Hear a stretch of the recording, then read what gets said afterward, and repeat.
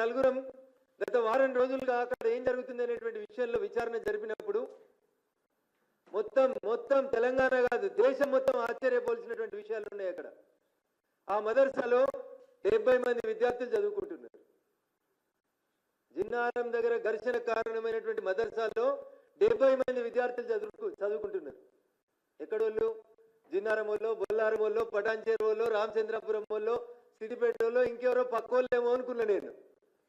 మొత్తం విచారణ చేసి చూస్తే తేలింది ఏంటంటే ఆ 70 మందిలో 65 మంది 70లో 65 మంది పిల్లలు మీది ఏ ఊరు అని అడిగినప్పుడు వాళ్ళ నుంచి వచ్చిన సమాధానం కిషన్ గంజ్ బీహార్ అని చెప్తున్నారు. వాళ్ళు దయించి సభ్య సమాజం హిందువులు మొత్తం ఆలోచించాలి. ఎక్కడి నుంచి వచ్చిరట?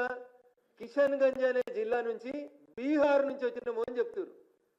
మీ తల్లిదండ్రులు ఎక్కడున్నారు అని అడిగినాం. నెక్స్ట్ ప్రశ్న, మా తల్లిదండ్రులంతా బీహార్లో ఉన్నారు సార్ అని చెప్పారు వాళ్ళు. సో తల్లిదండ్రులు బీహార్లో ఉన్నారు, వాళ్ళు పుట్టింది బీహార్లో, వచ్చింది ఎక్కడికి? జిన్నారంకి వచ్చారు. పోనీ జిన్నారం ఏదో పెద్ద హైటెక్ సిటీ, అదేదో పెద్ద మున్సిపాలిటీ, సర్వాంగ సుందరంగా ఉంది, వీళ్ళు వచ్చిరు ఆడేదో చేస్తున్నారు, అదేదో కాస్మోపాలిటన్ సిటీ అంటే కాదు, చిన్న మండల కేంద్రం. ప్రశాంతంగా ఉన్న ఒక మండల కేంద్రానికి ఒక మదర్సాను తెచ్చిపెట్టిరు.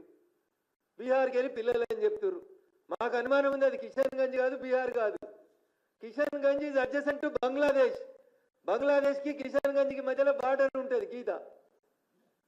వీళ్ళంతా పేరు కిషన్ గంజ్ అని చెప్తున్నారు, కానీ వీళ్ళ దగ్గర ఒక ఆధారం కానీ తల్లిదండ్రుల గురించి కానీ వాళ్ళు సరైన సమాచారం చెప్తలేరు.